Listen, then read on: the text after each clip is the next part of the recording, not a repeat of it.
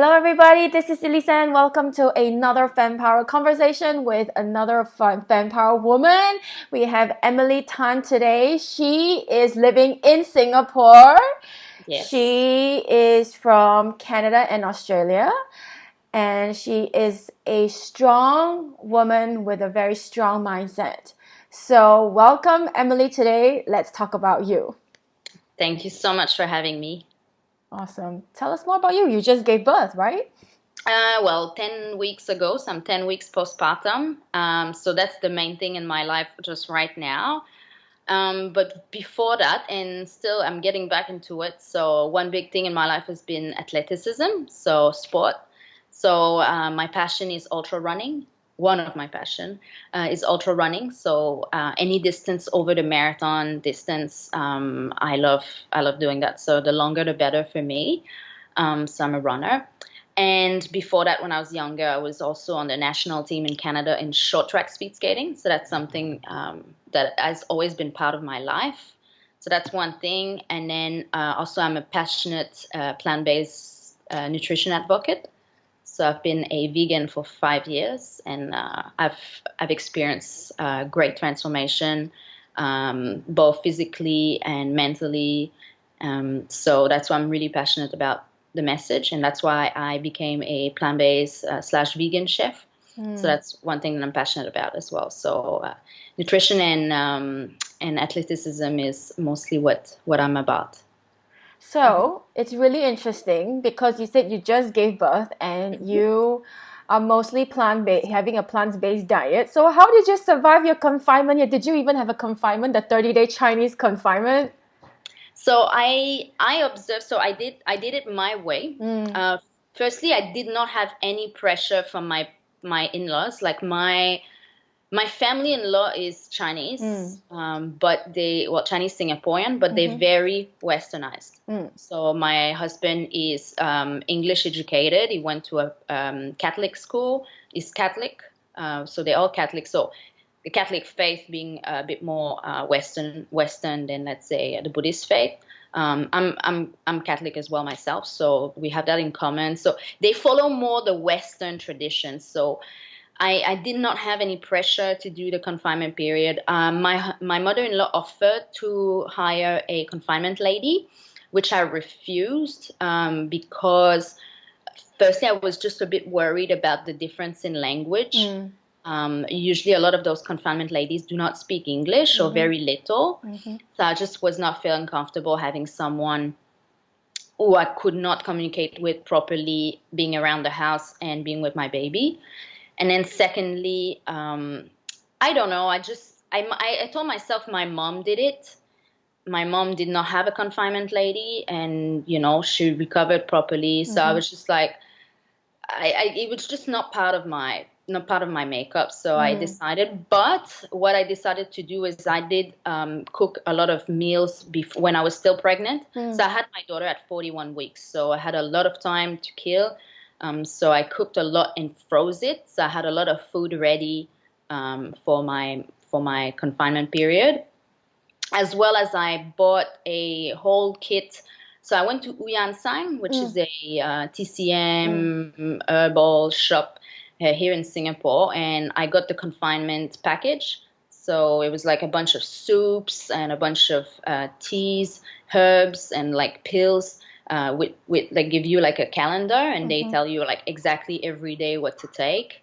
So I would I made my tea every morning. Like it was like red date and longan and dangshen, something like that. So I would like boil my tea every morning. I would make like the soups. The soups were, some of them were like the taste was was a bit off. And because I don't eat meat, it was just pure soup that I would just like sip like a tea. So I did all the protocol. I have nothing to compare to, but I really enjoyed it, and I really feel like it made a difference. So yeah, so I did respect a lot of things. Oh, as well, my doula told me that when I wash my hair, to not let my hair dry. Did you wash your hair during your confinement? Because for Chinese, if you stick to the 30 days, you're not supposed to actually bathe or wash your hair. Yeah, but I actually did all of that because you know how humid Singapore is, right? And Yeah. it's even if you stay in the aircon room for like 24/7, it is Yeah. impossible. So I Yeah. bathe anyway and I wash my hair anyway, so Oh it's really yeah. quite impossible. So Yeah, that but you I can didn't. see. No, I did it. I respected, like, my doula is Chinese, Malaysian, but she spoke perfect English, and she was telling me just, and she was really like, because she's also trained very Western in the Right. way that she birth babies and stuff. So she was really good at showing me like the middle ground. So she was like, after you take your shower, don't let you, because I usually let my hair dry, just Naturally. naturally. She's like, just use a hair dryer Mm. for this month. And she was like, wear slippers around instead of just walking barefoot like I always do. She's just these little things. And you know what? One night I woke up and I was not wearing slippers and I was just usually like in a t-shirt, and I got so cold. It was just 1 week after giving birth or something like that. So I understand that it actually makes Mm. sense. Your body is different. Your body has Mm. gone under like a big shock, which Mm. is birth. Like, yes, it's natural, but it's hard. And yeah, I just started shivering. I had the baby in my arms because I think I needed to change her or something like that. And I just started shivering so much, and I had to call my husband to come down and take the baby because I was scared I was going to drop her because I Mm. was shivering so much. So yeah, I do understand that it makes sense. It's not just some old wife tale that, you know, you're going to catch wind or whatever. It is actually a true, like, your body is actually like colder or something and you need warmth. So yeah, it's kind of true, but I did not bathe. I don't think it's possible here in Singapore. Yeah. Yeah, But and you did get out of the house within 30 days, yeah, right? uh, So, and yeah, we talked about this. So yes. how was that like for you? Why did you do it? I mean, since you actually decided to, but actually you didn't follow the entire 30-day kind of like routine. You picked whatever that suits you, Yeah, yeah, exactly. right? I did what felt right to me, Mm. as I had no pressure. The only pressure that I had, and the only thing that my mother-in-law did not agree with, is when I took the baby out with me. So I Mm. went for a walk.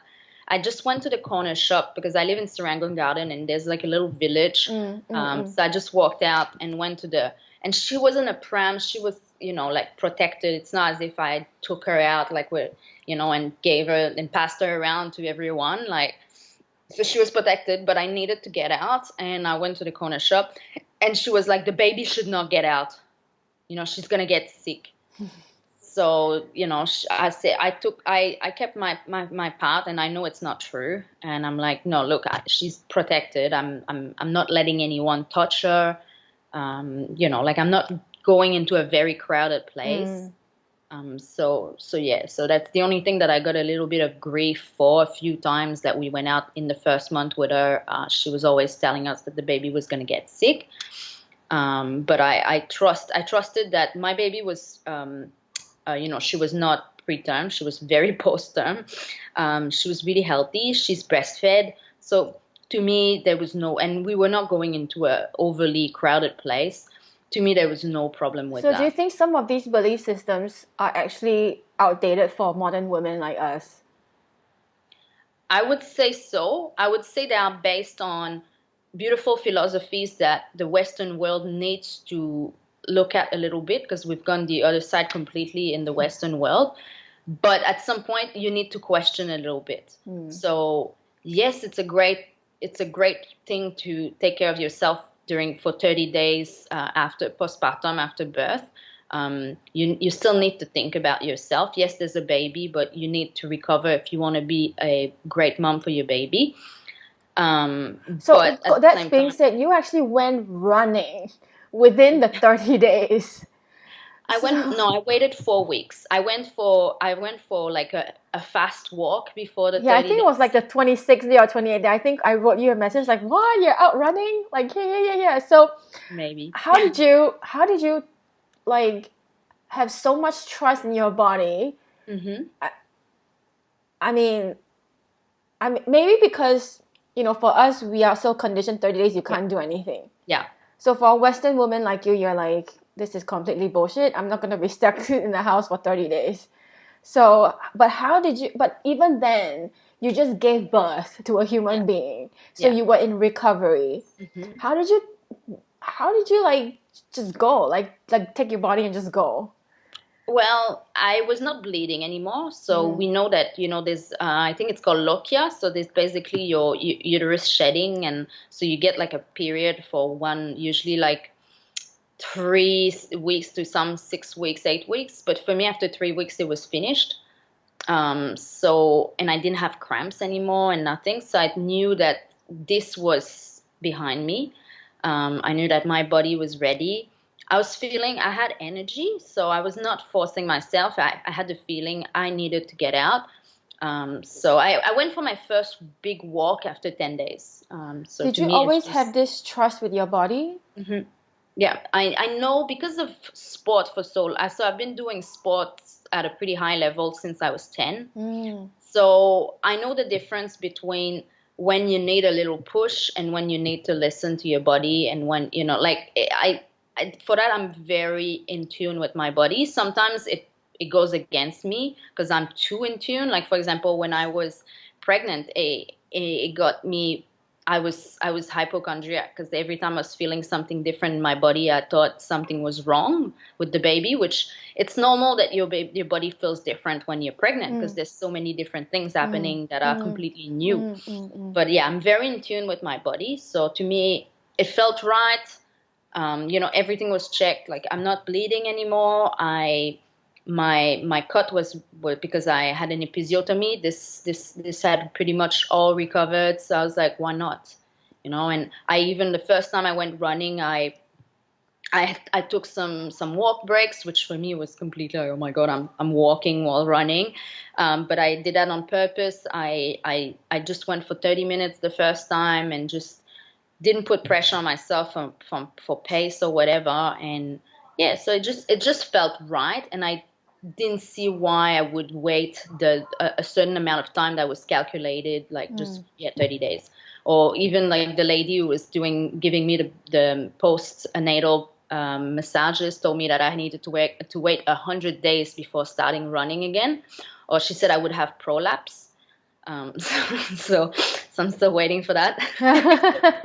But yeah, like, I mean, I understand it all comes from the reason why I was going running. I was going running because I love it, because it makes me feel happy. I love sweating. I love being outside. I needed to be outside as well. I wanted the sun on my skin and feeling the sweat, and not because I needed to lose the weight. You know what I mean? Like the motivation was to feel great again, and just because I felt I had to do it, not because I want to lose the baby weight as soon as possible. Right. That would be To me, wrong. it seems like you're a very connected woman. When we exchange views, you're very strong. There's no ounce of like remorse of what you said. Do you think it's because you're so connected to your body and you know who you are? Yes, I know my body really well. Can you say, Emily, like, I know Emily at the core who I am? I think I do. I think I do. Yes, yes. It's still in development, still every Of day. course. I mean, the reason why I ask this because only up to recently that, I mean, I've been talking about self-love for eons of years, but then every time we talk about self-love, it's as our body is somewhere and our soul is somewhere and our mind is somewhere. We never regard, especially for women, we disregard our body. We treat it like trash bags. We never consider it to be like a part of us, Yeah. But for you, you're so attuned with your body that it's like you're one with your body. I mean, I'm not sure if women actually understand what I'm saying now, but Yeah. sometimes it's like our mind is somewhere and our body is somewhere. We're not aligned. That's Yeah. why we're not in our bodies. Well, for so many reasons, because firstly, we feel we don't deserve it. We don't deserve that. Our body is secondary because we have so many other roles. So we're mothers, we're wives. So we have to look a certain way. We have to be a certain way. So we feel like it's selfish to take care of your body. So I think that's one reason So as when we well. say take care of body, it's not just going for manicure. It's not that kind of taking care. I don't know how to explain this, Emily. Maybe you can help me. But it's not the massages or the manicure, but really taking care of your inner self. Like you can feel every cell in your body alive. And a lot Yeah. of times we are disconnected with our bodies, Hmm. So right? eating properly, exercising. I think to me that's taking care of, that's self-love, that's self-care, that's taking care of yourself. And even then, a lot of time we won't put that as a priority, Mm. because we feel like there's other things to do. Yeah, because for me, my priority is to exercise. Not like to me, exercising is doing what I love. Mm. So I don't like going to a gym and just looking myself in the mirror and doing like curls and whatever. To me, it's going outside and just moving. Mm-hmm. Somebody else that can be dancing or whatever, but doing something that I'm moving and loving. So that's what I call exercising, but I can be moving. Mm-hmm. So that's my priority. Um, I don't like to rely on the helper too much to look after my baby. At the moment, my husband is overseas, but to me, I ask her to do so when I need to go outside and I cannot bring her with me. Mm. So that's my big priority, and I know that I'm a better mother when I do that, as if I stay inside and just say, "Oh, I cannot." I need to be with my daughter all the time. If not, I feel guilty. I'm not the best mother I can be if I don't take care of myself that way. Mm. So that was one of disadvantages of not taking care of yourself. So how can we be more in tune with our bodies besides Uh, exercising? yeah, well, to me, it all starts as well. Well, I mean, it's been a long journey for me. So I said, yeah, I've been in sports since I was 10. Um, I struggled with eating disorders when I was a teenager, through for different reasons. So, Actually, this question, what do you think will happen when women actually love their bodies as mm, much as they love, I don't know, bags and shoes? well, what will happen? I think we're just gonna be more gentle on ourselves. You think we're very harsh on ourselves? I think so. I think Mm. so. And I don't think we're superficial for loving bags and loving. It's just a void that we're feeling, Mm. because Mm. there's some Oh, parts I'm of us. having the chills as you say this. It's so true. Like for myself, when I had shopping addictions when I was Mm. younger, like 18, 19 years old, I remember it's because there was a lot of things that were going wrong in my life, Mm. and I needed to. I did not. Yeah, I did not take care of myself properly. So that's a way that I was filling that void. But Mm. yeah, I think that's it. All of these things is addictions. It's all voids that we're filling, and shopping is one of them. It happens a lot to women, but I've known men doing it as well. Mm. Um, but yeah, I really think it's that. So for myself, as I said, it's all a work in progress to really trust my body and be so intuitive. But I've struggled in the past as well, and yeah, I've mistreated my body as well. Mm. Mm. Mm. So, what is the first?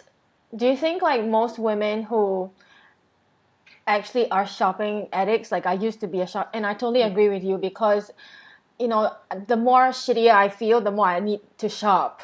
Yeah. And then when I buy the things, I feel shittier as well because I don't actually need it, and I'm like, oh Yeah. my god, I just spent some bunch of money. So, how can we actually then stop this, um, shopping thing and pay more attention to ourselves? What kind of void are we actually avoiding?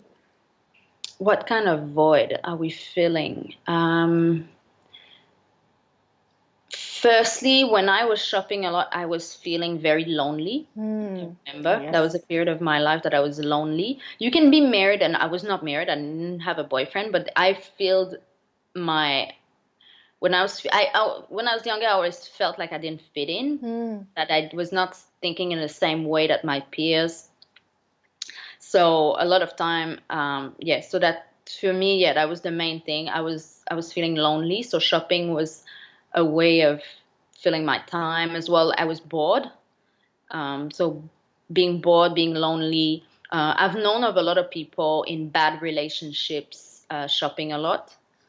I've seen that both men and women, when they were in bad marriages or bad relationships, they started online shopping a lot. Me So too. yeah, I've seen that quite a bit. So for myself, it was just loneliness, and boredom. So what was that turning point for you? Is that why you chose to, have a plant-based diet? For me, first, the plant-based diet was not really, it was mostly, it was for health reasons. I had very, very bad digestion. Due to, I've never liked meat. I've never naturally been someone who was attracted to meat. When I was younger, I was always telling my parents that I was going to be a vegetarian when I would grow up, because my dad would not allow me to be one at home. I wish I would have been one of those children who said, like, I see children who've been vegetarians and they were really young. They told their parents, like, I'm not eating meat anymore, I'm done. And they just push, and they could do it. I just was like, all right, I'll do it when I'm older and I'm in my own house and, I cook my own food. But it's always been with me that I didn't like meat. But when I met my husband, he was a big meat eater because he was a bodybuilder. So I started cooking for him, and I had to cook a lot of meat every single meal. Basically, he was eating meat, and I started eating the way he was eating. So very heavily in meat and very little like fruits, or it was like low carb, high protein. And very rapidly, I felt really bad. I had digestive problems before that, but then it started getting really, really bad, to a point where I was scared to have cancer. Like, I was just seeing myself. I had a loved one who died of colon cancer, and I thought, I'm going the same way. So I had this big, like, kind of revelation, and I said, I have to do something.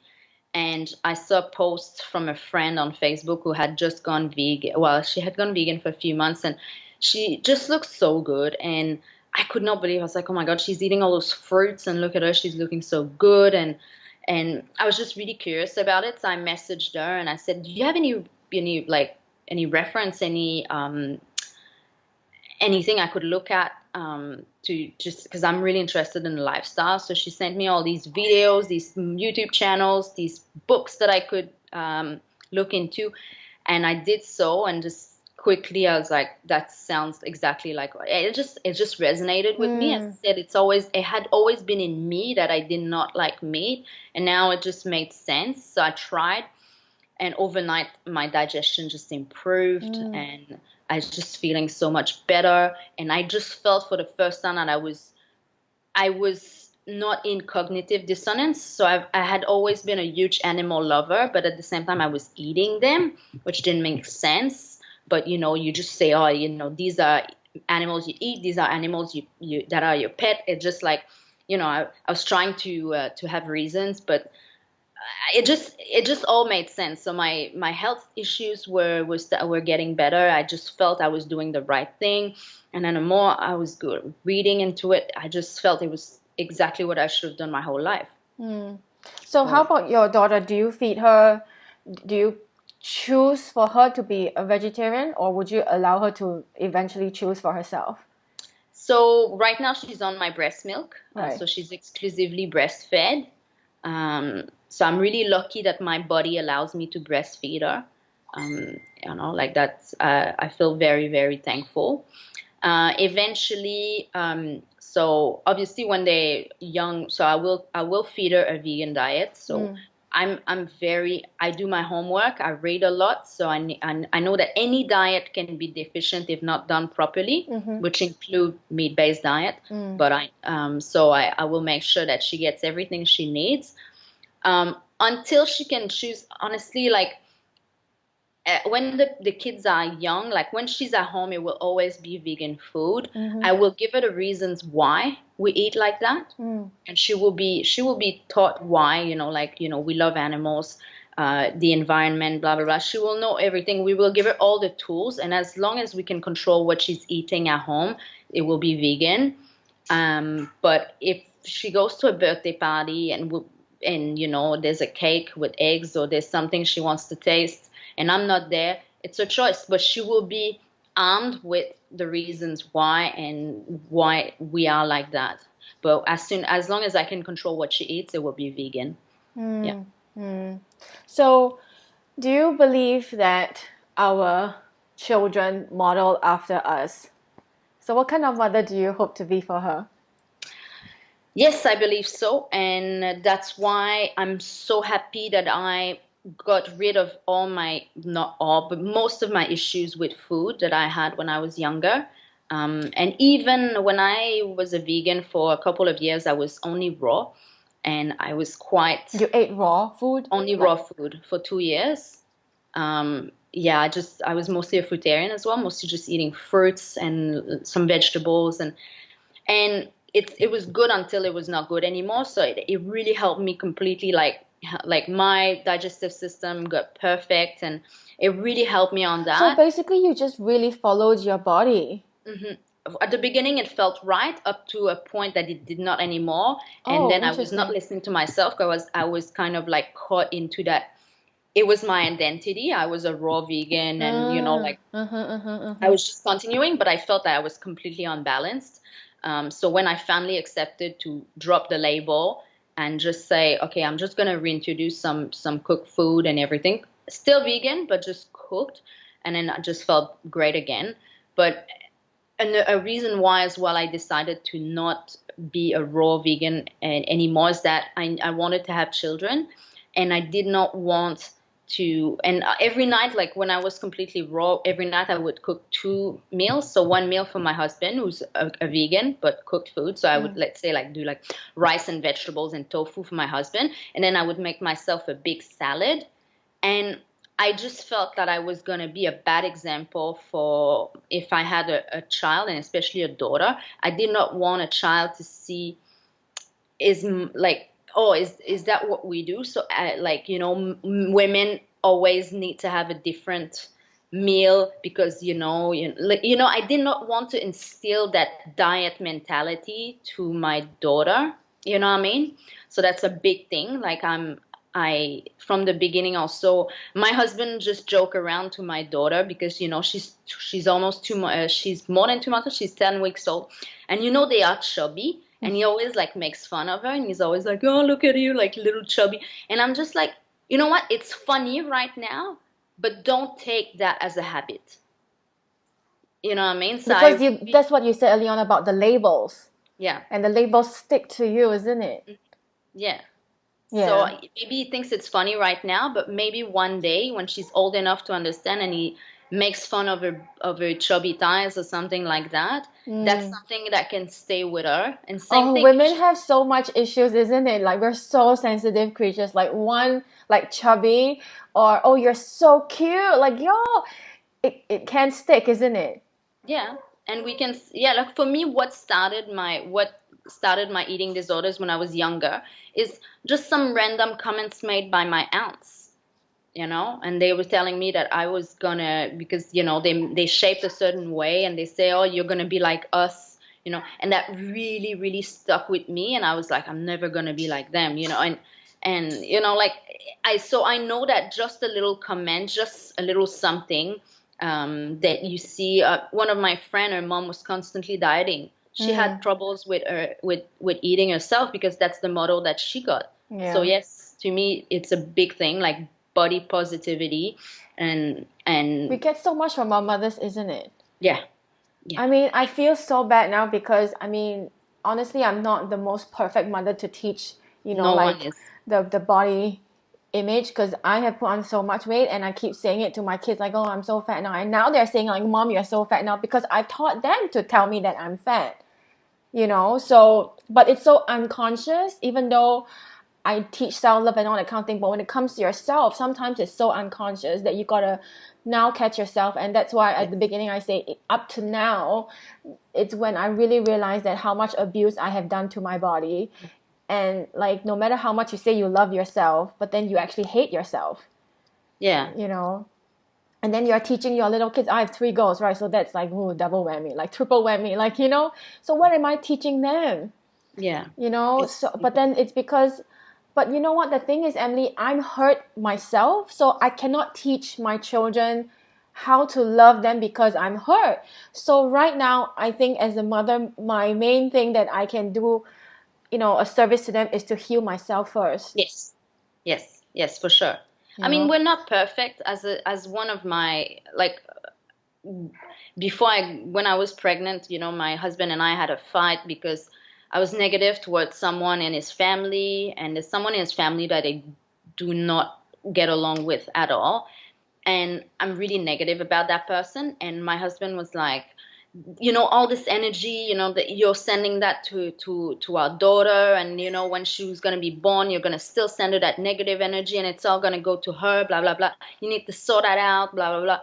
And I was like, oh my God. And I talked to a friend, and a friend of mine was a mother of two. She's like, yep, you're not going to be perfect, you're not going to be able to sort out all your crap before she's born, and yes, you're going to pass on some crap to her, and yes, at some point she'd be angry at you for that, but at the same time, there's beautiful things that you're gonna pass on to her, and we just do what we can. Yeah.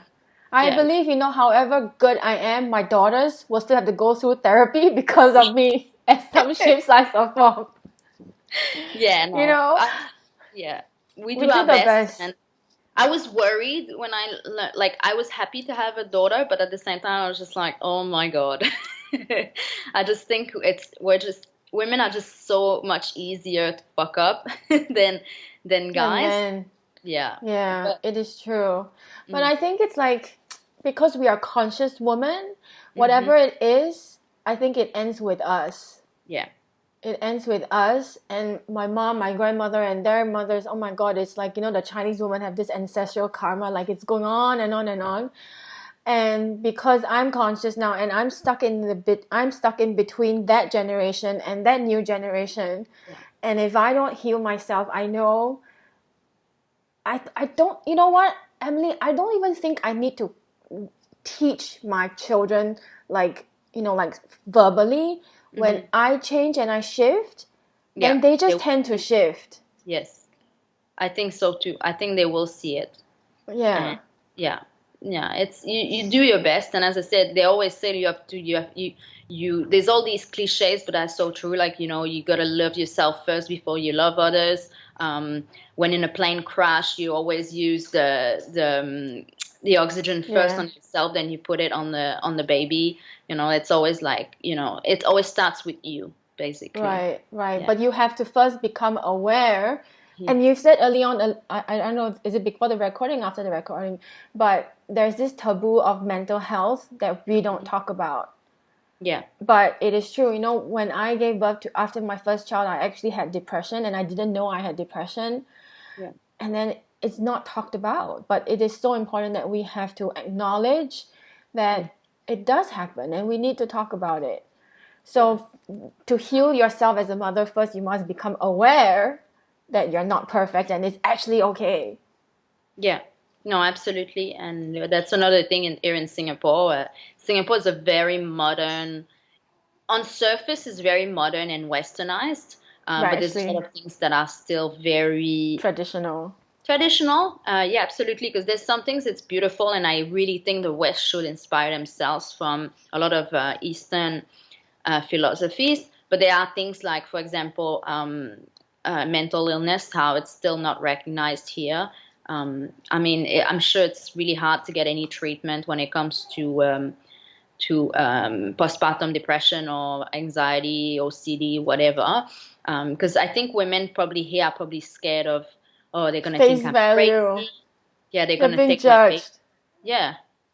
So back home, it's automatically, like when you go to your postpartum appointment, they ask you how you're doing. I didn't get that. I mean, I love my doctor, but I got no question about how I'm feeling. She just looked at me between the legs, gave me a pap test, and said, "Well, you're good to go." You know what I mean? Actually, I think you know why? Because people here are afraid to deal with feelings. They don't know how to handle them. Yes. So they have walled themselves up. That's why I think people here are successful on the superficial level, but ultimately they don't really know who they are, because it's hard to look within yourself, isn't it?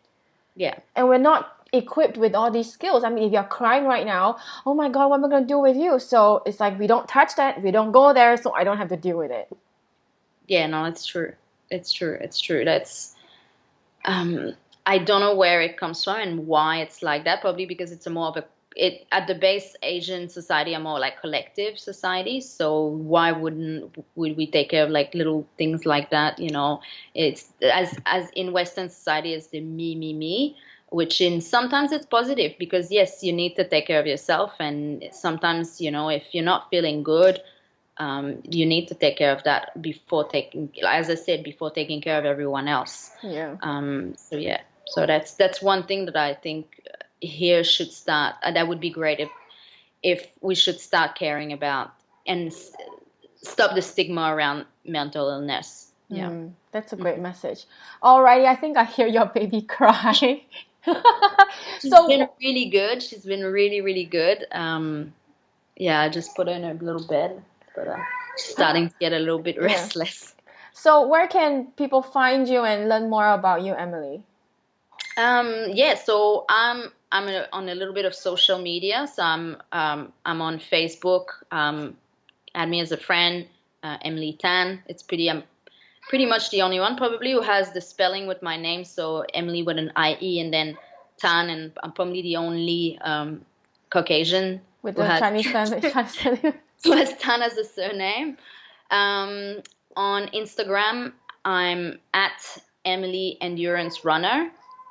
So I post a lot of things in there, and my husband and I have a website as well, is www.awakemethod.com, and then we also have a couple of YouTube channels. I don't know them by heart. I can send you the links. Well, they go to your page, they'll actually find it, right? So you did post some of them up, no? Yeah, on Instagram as well, because we have a couple of YouTube channels. So I talked about my birth story and the detail in there. Also about the hypochondria that I have when I was pregnant. So I'm pretty open about anything that happened on that side. Yeah. Yeah, as I said, I'm trying to make it. I'm sure that there's other women that felt the same way when they were pregnant, really anxious and everything, and just wanted to make it more, not normal, but yes, that they can see that it happens to other people, and it feels a lot better when you feel you're not alone. Yeah, exactly. So if you need help, reach out for support, because you don't have to go through it alone, and there's no glory in going through alone. So reach out to experienced mothers, reach out to Emilie if you actually want to find out more and learn more. Educate yourself to make the better decision for yourself. Exactly. All right. Thank you so much for watching. Thank you, Emilie, and we will catch you next time. See you. Bye-bye.